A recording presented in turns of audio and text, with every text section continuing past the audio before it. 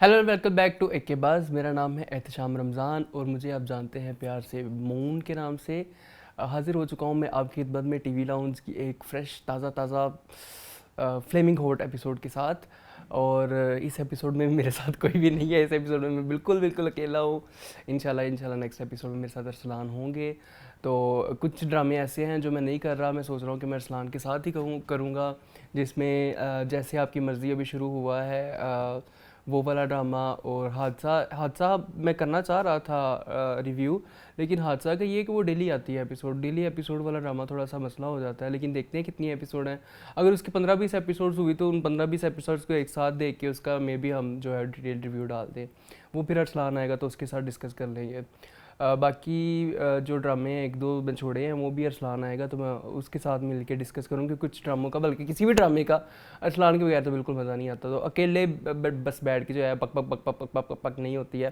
तो ड्रामे हैं मेरे पास आज दौड़, नौरोज़, इडियट, तेरे इश्क के नाम, जीवन नगर और जन्नत से आगे।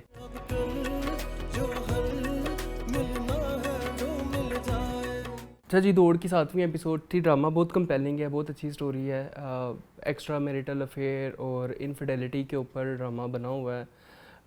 एपिसोड में ऐसा कुछ हुआ नहीं है। इस एपिसोड में हमने सिर्फ यही देखा कि हिना की दोस्त है, उसने को पार्टी रखी है और पार्टी पे सारे के सारे जो ड्रामे की कास्ट है ना, सारे इनवाइटेड है। लेकिन वहाँ पे जो है वो लैला और उमर नहीं जाते। लैला पहले कहती है कि मैं नहीं जाऊँगी, तो फिर उमर भी नहीं जाता। उमर और लैला जो है वो रात स्पेंड करते हैं एक साथ। और उमर जो है वो सुबह होने से पहले पहले खैर घर वापस आ तो जाता है, लेकिन किसी ना किसी तरह आइडिया तो होना ही था। लैला अब उमर को फोर्स करने लग गई है कि अब हमारे रिलेशनशिप को इतना टाइम हो गया, हम कितनी देर जो है वो छुप छुप के मिलेंगे, छुप छुप के प्यार करेंगे, ये सारा कुछ। और उमर तसल्लियाँ देता है कि दुआ करो जो भी हो बेहतर हो, लेकिन बुरे के जो है ना कितने ज़्यादा दिन हो सकते हैं। तो गलत चीज़ पकड़ी जाती है। उमर ऑफिस जाता है और मोबाइल अपना घर छोड़ जाता है। वहाँ पे उसको लैला के मैसेज पे मैसेज आ रहे होते हैं, कहाँ रह गए हो, कब आ रहे हो, ये वो, जिससे इनका अफेयर पकड़ा जाता है। शिजरे हम जानते हैं कि बड़ी एक पोजेसिव किस्म की औरत है और बहुत ज़्यादा मोनोगमिस्ट औरत है। उसने उमर को निकाल दिया घर से, ज़िंदगी से, ऑफिस से। मतलब अब उमर भी आ गया सड़क पे, और सारी बात है अगर उमर सड़क पे आया तो साथ लैला भी सड़क पे आएगी।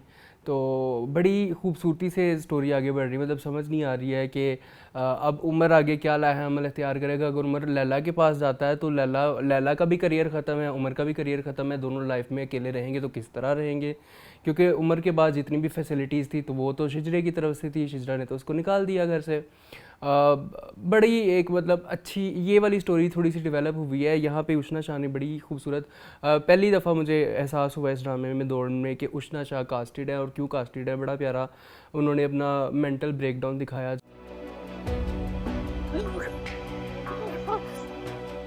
जिस इंसान को वो समझती थी कि ये मेरा सबसे ज़्यादा प्यारा है, और उसके साथ आपने बच्चे पैदा किए और उनके साथ शादी की और लाइफ प्लानिंग की, और आप एक ऑफिस भी एक साथ चला रहे हो, और उनके साथ मिल के आप, और जब वो बंदा आपको धोखा दे जाता है, और वो मेंटल टर्मोइल जो है बड़ी खूबसूरती से बड़े प्यारे तरीके से उष्णा शाह ने दिखाया।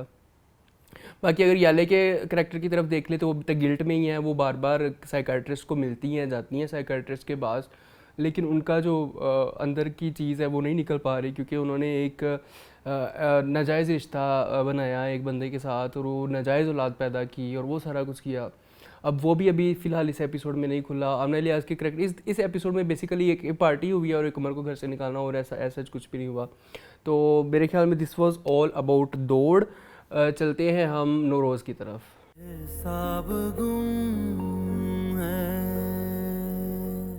नौरोज़ की एपिसोड काफ़ी अच्छी थी, मज़ा आया। 7वीं एपिसोड थी।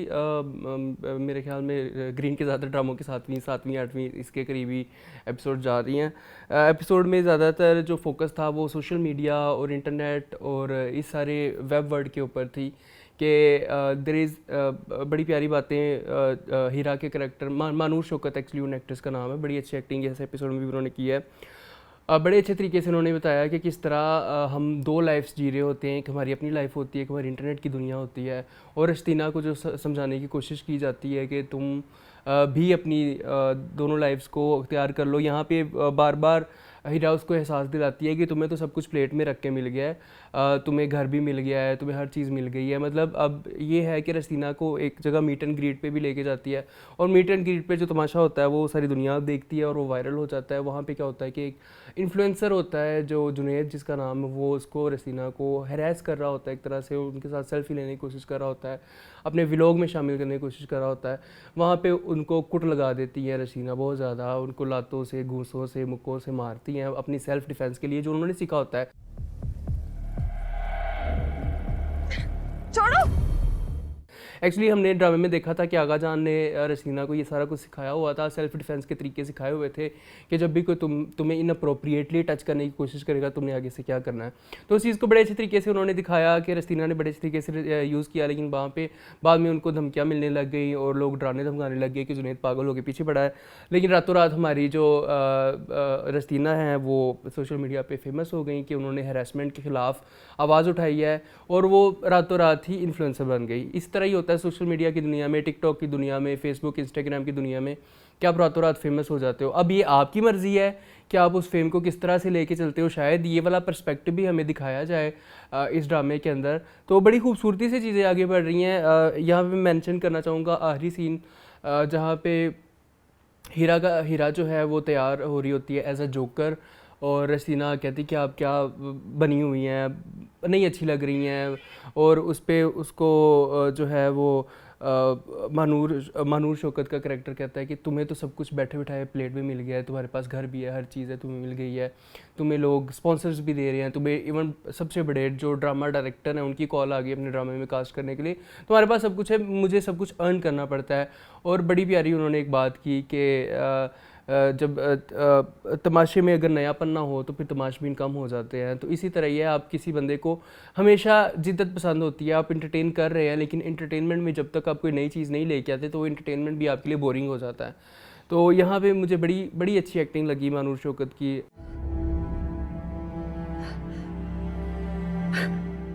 पहला ड्रामा है मेरे ख्याल में इनका, मैंने इनका पहला ड्रामा देखा है, लेकिन मुझे लगता है कि ग्रीन ने प्रॉपर ऑडिशंस लिए अपने ड्रामों के लिए। तो इनका ये जो जोकर बन के और उनके जो पूरा फेस जो है वो पेंट से भरा हुआ है, लेकिन वहाँ पे भी आपको उनके एक्सप्रेशंस नज़र आ रहे हैं, उनकी आंखों से आंसू नज़र आ रहे हैं। और very well done to green team कि उन्होंने इस चीज़ को भी हाईलाइट किया कि ये जो सोशल मीडिया इन्फ्लुएंसर होते हैं और जो इंस्टाग्राम सेलिब्रिटीज़ होते हैं सो कॉल्ड, उनके अंदर क्या कुछ चल रहा होता है। ये डिप्रेशन का, एंजाइटी का शिकार होते हैं नॉर्मली, और ये उसके लिए दवाइयाँ भी लेते रहते हैं मुसलसल। तो वेरी वेल डन, बड़ी अच्छी बात है। इस चीज़ को हाईलाइट करना बहुत ज़रूरी है सोशल मीडिया के, जहाँ पे फ़वाइद हैं वहाँ पे नुकसानात भी है। यही चीज़ हम आगे जाके कोड ड्रामे में डिस्कस करते हैं। मेरे ख्याल में this was all about Nauroz. चलते हैं हम इडियट की तरफ।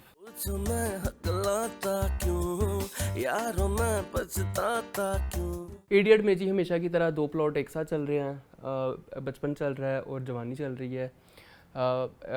फाइनली हमें पता चल गया कि जो रुकैया है वही रामीन है।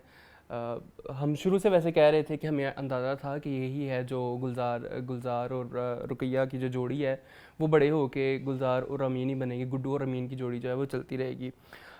एपिसोड में ये हुआ कि जी जो पुलिस वाला था, पुलिस इंस्पेक्टर था, जो एसएचओ था, उसके बेटे के साथ गुलजार ने उसकी सुलह करवाई और उनसे प्यार मोहब्बत की बातें करवाई, और वहाँ पे वो उसका फ़ैन हो गया और उसको खाने खिला रहा है, ये कर रहा है, वो कर रहा है।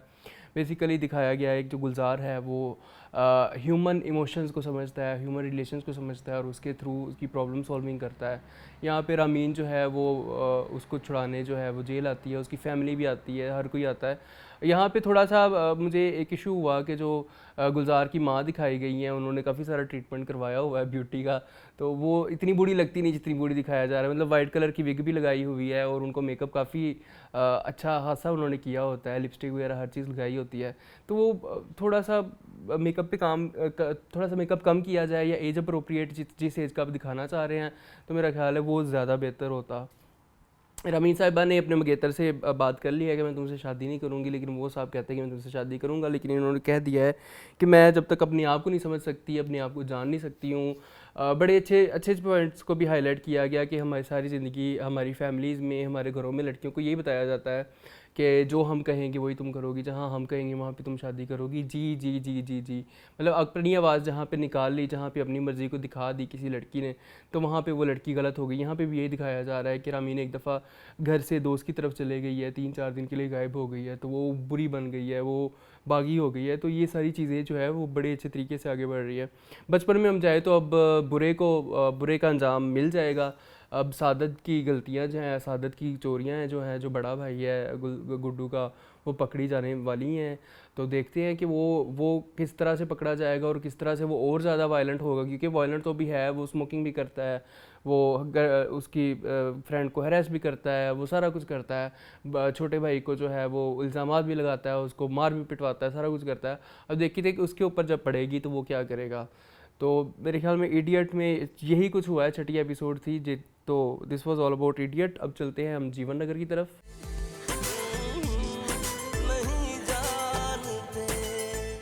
अच्छा जी, इस एपिसोड में जो चीज़ मुझे सबसे ज़्यादा पसंद आई, पहले मैं उस चीज़ की तारीफ़ करना चाहूँगा। इस ड्रामे में जो कुछ डायलॉग्स हैं, डायलॉग्स तो सारे बड़े अच्छे हैं, लेकिन कुछ डायलॉग्स ऐसे हैं जो मुझे बड़ा टच कर जाते हैं। तो इस एपिसोड में एक बब्बर शाह का डायलॉग था कि दुनिया जब से बनी है वो खौफ के ऊपर चल रही है। हम नॉर्मली कहते हैं कि जी उम्मीद के ऊपर दुनिया कायम है, दुनिया उम्मीद के ऊपर कायम नहीं है, दुनिया खौफ के ऊपर कायम है। बड़ी प्यारी प्यारी बातें उसमें उसने की कि अगर आप समझते हैं कि आप किसी बंदे की इज़्ज़त करते हैं तो आप उसकी बात मानते, तो ये बात ठीक नहीं है। आप जिससे डरते हैं उसकी बात मानते हैं, ये एक ज़्यादा स्ट्रॉन्ग पॉइंट है जिसको हम ज़्यादा एग्री करते हैं। इस पर उन्होंने एग्जांपल भी दी कि ये माई बुड्ढी एक है जिसकी सारे मोहल्ले वाले इज़्ज़त करते हैं, लेकिन बात उसकी कोई नहीं मानेगा। बात किसकी मानेगी? बब्बर शाह की, बिकॉज लोग बब्बर शाह से डरते हैं। तो मेरे ख्याल में दुनिया का निज़ाम भी इसी चीज़ के ऊपर कायम है, और रिलीजन का भी इसी के ऊपर कायम है कि आप अच्छा करेंगे तो आपके साथ अच्छा होगा, आप बुरा करेंगे तो आपको बुरा सा होगा। तो जज़ा सज़ा खौफ ये सारा कुछ चलता रहता है इसके ऊपर।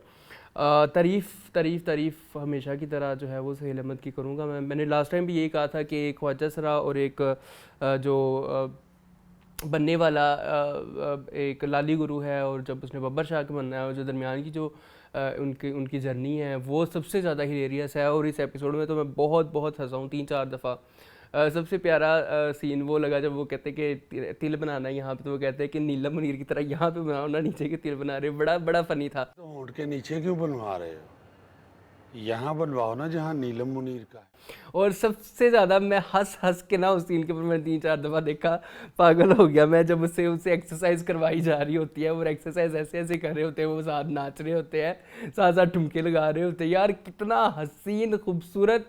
नहीं लाली, ऐसे ऊपर टांगे ऐसे, यस लाली नहीं। मतलब किसी ने बड़ी प्यारी बात की थी हमारे किसी टीवी लॉन्च के एपिसोड के ऊपर ही, कि it's very irony, it's very good कि हम अपने सीनियर जो एक्टर्स हैं उनसे भी इतना अच्छा काम ले रहे हैं जितना हम अपने यंग एक्टर से ले रहे हैं। जैसे जहाँ पे हमारे पास वहाज अली हैं, जहाँ पे हमारे पास बिलाल अब्बास है, वहाँ पे हमारे पास एहतशामुद्दीन भी हैं, काबली प्लाव में इतना अच्छा काम कर रहे हैं। हमारे पास सुहेल अहमद हैं जीवन नगर में, तो वो भी इक्वली ही अच्छा काम कर रहे हैं और इक्वली ही एक्लेम्ड है अपने काम के लिए। एक और सीन मुझे बड़ा पसंद आया, जब डेंटिस्ट कहता है कि इनके दांतों की स्केलिंग होगी, तो डेंटिस्ट कहता है जाके चारपाई पे लेट जाओ, तो वो उल्टे लेट जाते हैं। इतना हसीन सीन था, मुझे मज़ा ही आ गया उस सीन का।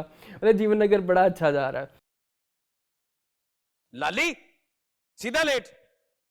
बाकी निदा और यासिर का रिश्ता भी हो गया है। अब निदा यासिर का लेट्स सी शादी मुझे नहीं लगता कि हो पाएगी, क्योंकि जो नेगेटिविटी है फैज़ान की तरफ से वो दैट इज़ टू मच। और फैज़ान की आंखें अभी भी, मुझे इस एपिसोड में उनका एक आध सीन था, उनका कोई डायलॉग ऐसा नहीं था, लेकिन उनकी आंखें हॉन्ट करती हैं आपको। और मुझे यकीन नहीं आता कि ये वही बच्चा है जिसने डर सी जाती है सिला में हातिम का करैक्टर किया था। वहाँ पे वो डरा सा बच्चा था, और यहाँ पे ये इतना खौफनाक किस्म की एक्टिंग। तो वो very well done to Sheikh Mubashir, उन्होंने बड़ी अच्छी एक्टिंग की है इस ड्रामे के अंदर।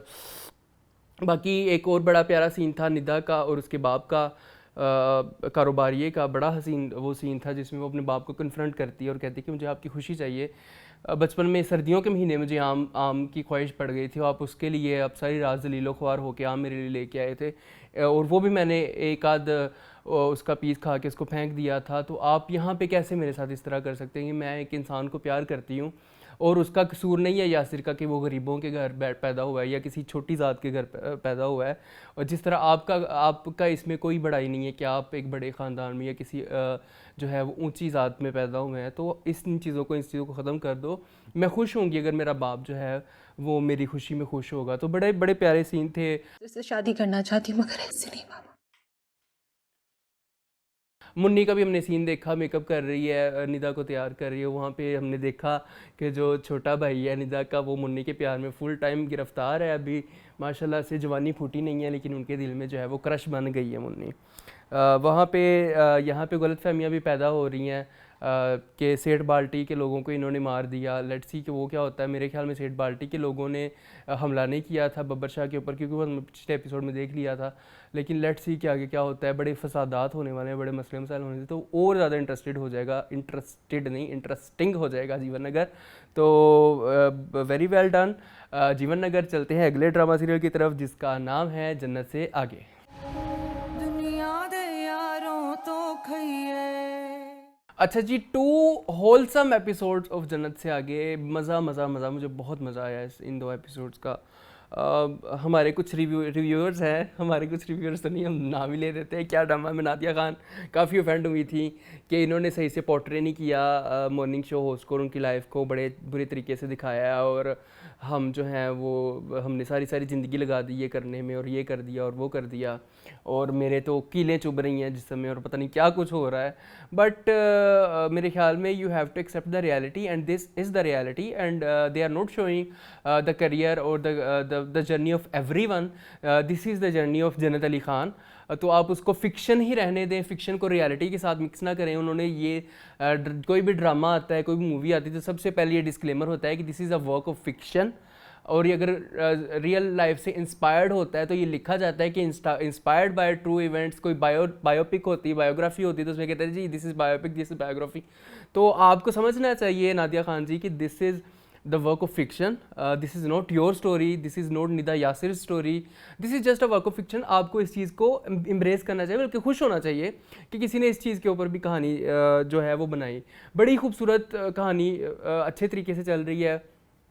कुबरा खान की मैं क्या ही तारीफ़ करूँ। She has nailed every moment of this drama. She is living the drama very well done to Kubra Khan. चाहे वो स्कूल जाके जब बच्चे के लंच बॉक्स से ख़राब खाना निकला है वो वाला सीन हो, चाहे वो प्रिंसिपल के साथ शो के अंदर बात हो, चाहे वो घर आके उनका मेंटल टर्मोइल हो हस्बैंड के सामने, चाहे वो फ्रेंड के साथ अपनी लाइफ के मसले मसाइल डिस्कस करना हो, like each and every moment she is not Kubra Khan, she is Jannat Ali Khan. Very beautifully done.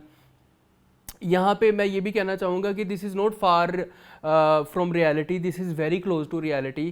जब आप किसी बंदे के साथ लाइफ गुजार रहे होते हो, तो आप उसको, जब आपकी लड़ाई होती है तो आप उसको ताने देते हो। यहाँ पे जन्नत ने कहा कि I am earning 30 times more than you, अपने हस्बैंड को।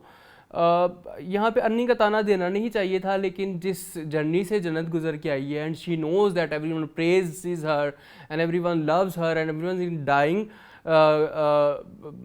कि उनको बस देख लें। ये सारा कुछ हो रहा है उनके साथ, और उनकी लाइफ में इतनी एक्साइटमेंट है रियल लाइफ में, और रियल लाइफ में उनकी लाइफ में इतने ज़्यादा मसले मसाइल हैं।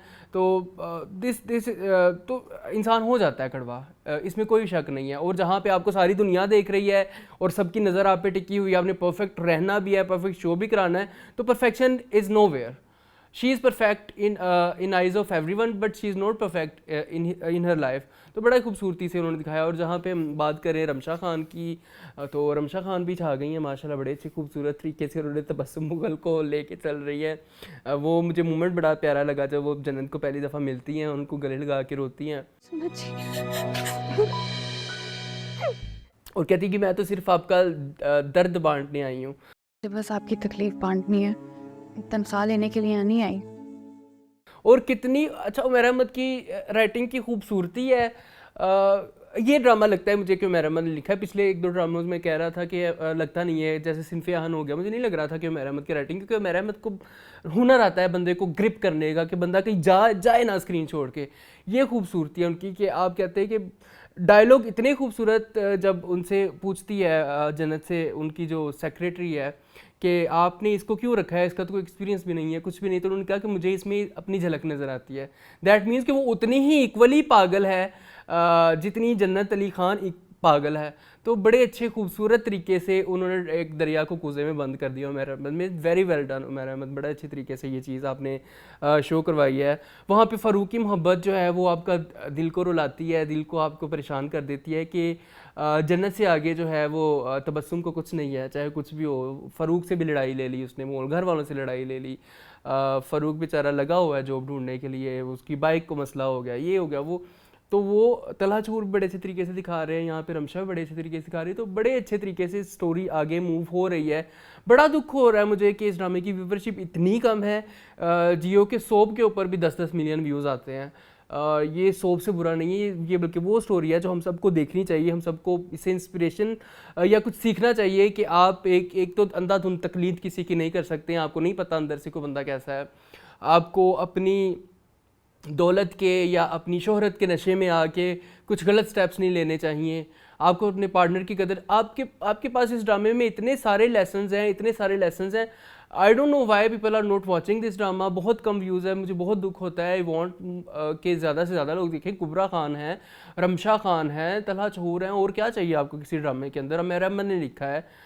इतनी बड़ी प्रोडक्शन है। मतलब एक मॉर्निंग शो का जब वो दिखाते हैं सीन, वो सिर्फ 2 मिनट का सीन होता है, लेकिन उस एक सीन के ऊपर उन्होंने करोड़ों रुपया लगाया हुआ है। उनकी वार्डरोब, उनका set design, everything is so beautiful. बड़ा मज़ा आया मुझे जन्नत के आगे का। तो मेरे ख्याल में दिस वाज ऑल अबाउट जन्नत से आगे। तेरे इश्क के नाम नाम नाम नाम नाम। तो जी 21वीं और 22वीं किस्त थी तेरे इश्क के नाम की। I don't know why I am watching this. पिछले हफ्ते मैंने कहा था कि I am going to leave this drama because the characters are not consistent, but I am doing it. I don't know why I am doing it. मेरे ख्याल में I am waiting for Arsalan कि वो आए तो फाइनल वर्डिक्ट अरसलान से ही लिया जाए। 21वीं और 22वीं किस्त थी इस ड्रामे की, शायद मैं ये पहले बता चुका हूँ। जहाँ पे रशीदा पिछली एपिसोड में मैंने बताया था कि बड़े ताने शाने खाए उसने जो है वो रौनक से। तो वो कह रही कि मैं जी अब गाँव जा रही हूँ, मेरे रूट्स वहाँ पे हैं। और फिर से हमें शदीद रोमांस दिखाया गया रशीदा को और मेहर अली भाई का कि तुम्हें याद करता रहूँगा, तुम्हारा जिक्र होता रहेगा, ये है वो है। वो कच्चा कोठा किस हाल में, मुड़ के देखा ही नहीं। और उनको गाड़ी तक छोड़ना, ईच एंड एवरीथिंग। यार इट्स पता नहीं लोग देख क्यों नहीं रहे। इट्स वेरी एविडेंट जो रशीदा को और मेहर अली भाई का। हालांकि वो भाई साहब कहती है, लेकिन भाई साहब वाली कोई वाइब नहीं आती है उन दोनों से। खैर रशीदा चले गई गाँव।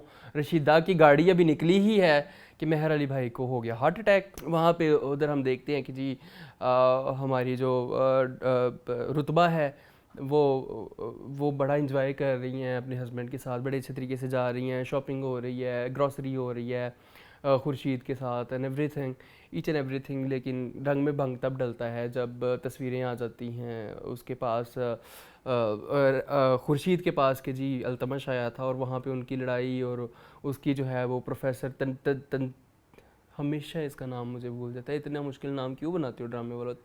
तंजीम तहसीन जो भी नाम है उसका, जो दानिया अनवर प्ले कर रही है। तो दानिया अनवर के साथ भी थोड़ी सी चपकलश होती है। फिर बाद में खुर्शीद के साथ बाद में पता चलता है जी बाबा जी को हार्ट अटैक हो गया। ये सारे चले जाते हैं वहाँ पे। तो अभी यही कुछ चल रहा है कि खुर्शीद साहब जो है वो रुतबा से नाराज़ है। इधर जो है वो रशीदा बाजी को पता भी नहीं चला कि मेहर अली भाई को का हार्ट अटैक हो गया, क्योंकि जी सो कॉल्ड जो गांव है उसके अंदर कोई सिग्नल्स नहीं आते हैं। तो उनको नहीं पता चल पाएगा कि मेहर अली भाई का हार्ट अटैक हुआ। अगर पता चलता तो वो तो फिर रातों रात ही भावें पैदल ही आ जाती, इतना प्यार करती हैं वो उनसे। खुर्शीद साहब लंदन जा रहे हैं और फोर्स कर रहे हैं उनको मेहर अली भाई कि आप भी मेरे साथ रुतबा को भी लंदन लेके जाओ। लेकिन रुतबा क्योंकि बदगुमान है खुर्शीद से और वो समझ रही है कि जो है ये जो है मिस दानिया अनवर के साथ प्यार करना चाहता है और शादी करना चाहता है। तो वो कह रही कि जी मैं नहीं जाऊंगी, मैं अपने बाप के पास रहूंगी। वहाँ पे उन दोनों फूफियों का भी आ जाना और वहाँ पे उसकी तजलील जो करती है अपनी तरफ से करने की कोशिश करती है अज़का। तीसरी साइड पे हम देखते हैं एक और हमें पॉइंट दिखाया गया कि जो आरफा है वो भी शादी करना चाहती है अपनी पसंद से, लेकिन उसके रिश्ते वाले भी दिखाए नहीं हैं। सुना है कि अगली एपिसोड में उसकी भी शादी होने वाली है। तो ये सारा कुछ चल रहा है। कैरेक्टर्स आर इनकंसिस्टेंट और कहानी बिखरी पड़ी है इधर उधर। आई डोंट नो इस ड्रामे की इतनी व्यूवरशिप है और जिसकी होनी चाहिए उसकी है नहीं है। I am very much confuse कि लोग ये ड्रामा किसकी वजह से देखने मेरे ख्याल में कि हिबा की वजह से लोग ये ड्रामा, हिबा बहुत अच्छा कर रही है इस ड्रामे में, एक्टिंग सारी अच्छी कर रहे हैं, हिबा अच्छी कर रही है, नादिया अफगान अच्छी कर रही हैं, मतलब जो भी हैं, उसामा खान इतनी अच्छी एक्टिंग कर रहे हैं, लेकिन मज़ा नहीं आ रहा, नमक नहीं है ड्रामे के अंदर। तो अरसलान आएंगे तो फिर फाइनल वर्डिक्ट देंगे मुझे कि इस ड्रामे का क्या करना है। तो मेरे ख्याल में यही थे मेरे पास आज यही ड्रामे हैं। अगर कोई मिस हो गया है तो वो अरसलान के साथ करूँगा, जैसे आपकी मर्ज़ी जो है वो मैं अरसलान के साथ करूँगा, हादसा मैं अरसलान के साथ करूँगा, जिंदो मैं अरसलान के साथ करूँगा। तो यही ड्रामे थे मेरे ख्याल में। तो चलते हैं बेस्ट परफॉर्मेंसों की तरफ। इस दफ़ा बेस्ट परफॉर्मेंस जो है वो फ़ीमेल में I would like to give to Mahnoor Shaukat. Nauroz में जो इन्फ्लुएंसर बनी हुई हैं, जो हीरा बनी हुई हैं, बड़ी ही खूबसूरती से उन्होंने अपने करैक्टर को प्ले किया है। और वो जो जोकर वाला सीन था, that scene touch my heart, मतलब बड़े अच्छे तरीके से उन्होंने अपने मेंटल टर्मोइल को और अपनी डिप्रेशन एंजाइटी को दिखाया। तो very well done Mahnoor Shaukat.